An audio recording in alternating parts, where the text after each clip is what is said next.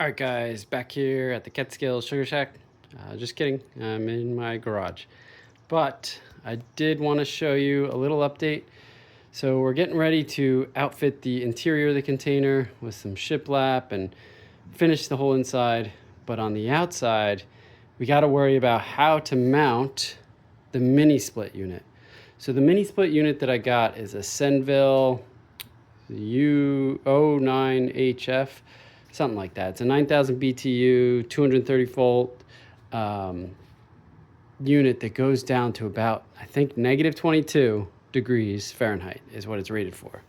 So that should be plenty adequate to get us through a Catskills winter.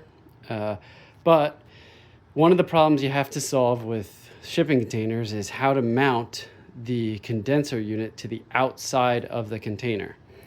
So the outside of the container is just metal, and there's mini split, mounting kits that are kind of these little L brackets that you drill or lag bolt into the side of your house that usually go into like 2x4s or go into the framing of the house, because that unit alone, the condenser unit's probably got to be, I'm going to say 70 pounds. But you got to hang that thing. So if you're going to hang it on a shipping contained structure, the only structure you have to drill into is the side of the shipping container, which is metal. And those walls maybe are 1/8 of an inch thick, probably, maybe thinner than that. But anyway, you typically use self-tapping screws, and you could bolt on the other side those L brackets, that'd be fine. But God forbid one of those L brackets goes bad, the only way you're getting that thing off is if you're sawzawing that off or going through the inside of the container to get those bolts off the inside. So you'd have to rip through the wall and do a lot of work. So ideally, there would be a kit that just is very structurally supportive, that is only on the outside, that's totally accessible from the outside, and if something goes wrong, it's replaceable.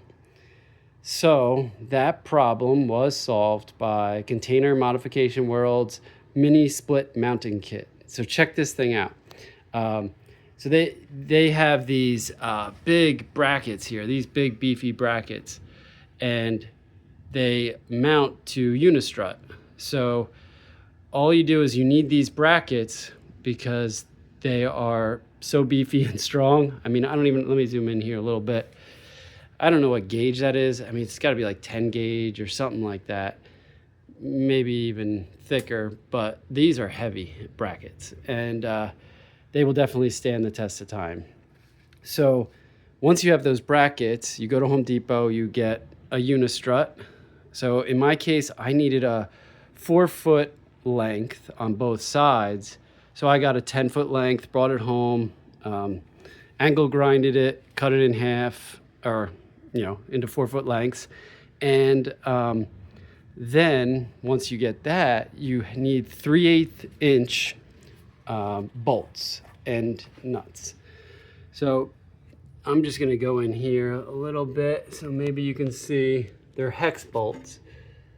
And those hex bolts, it's hard to see with the lighting in here, but those are 1-inch hex bolts that go through into a Unistrut into the spring-loaded nuts.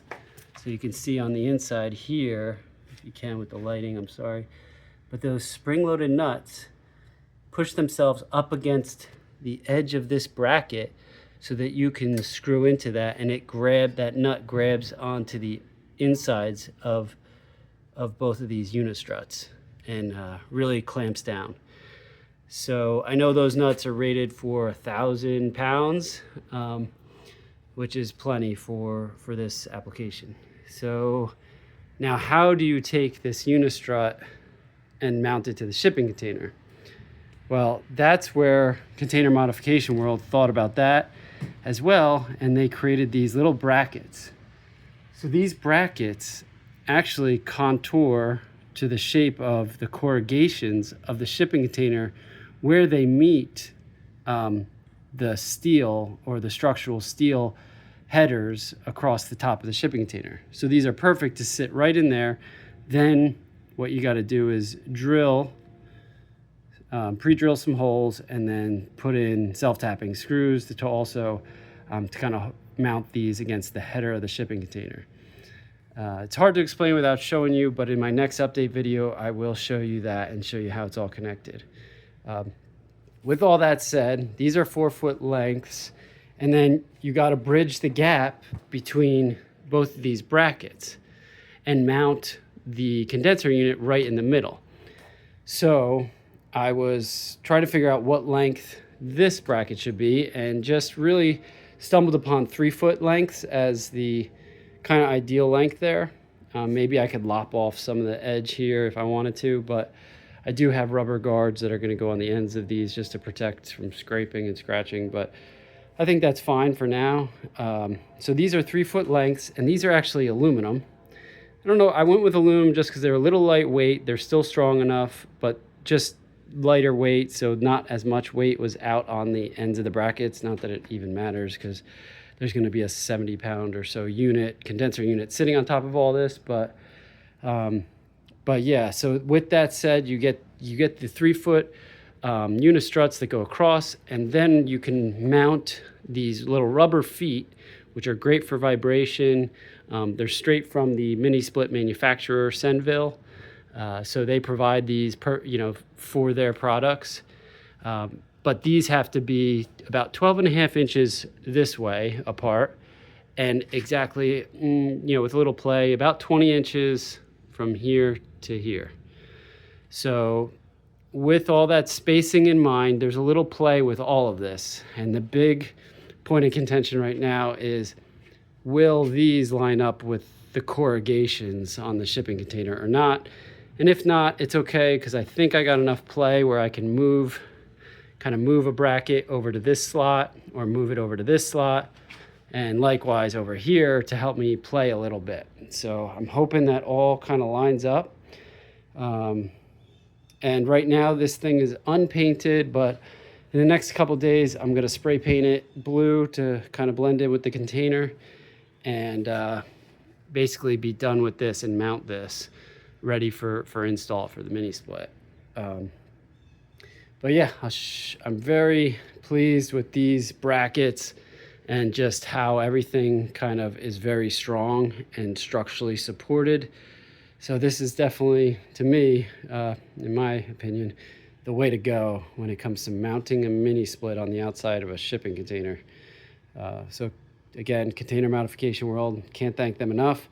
They thought through all this stuff, and I trust all their products now. They're just so strong and quality and well built. So excited to see this guy in action, or I don't know what kind of action it is, but maybe in action. But either way, I'm excited to see it all mounted to the shipping container shortly. All right, so long for now.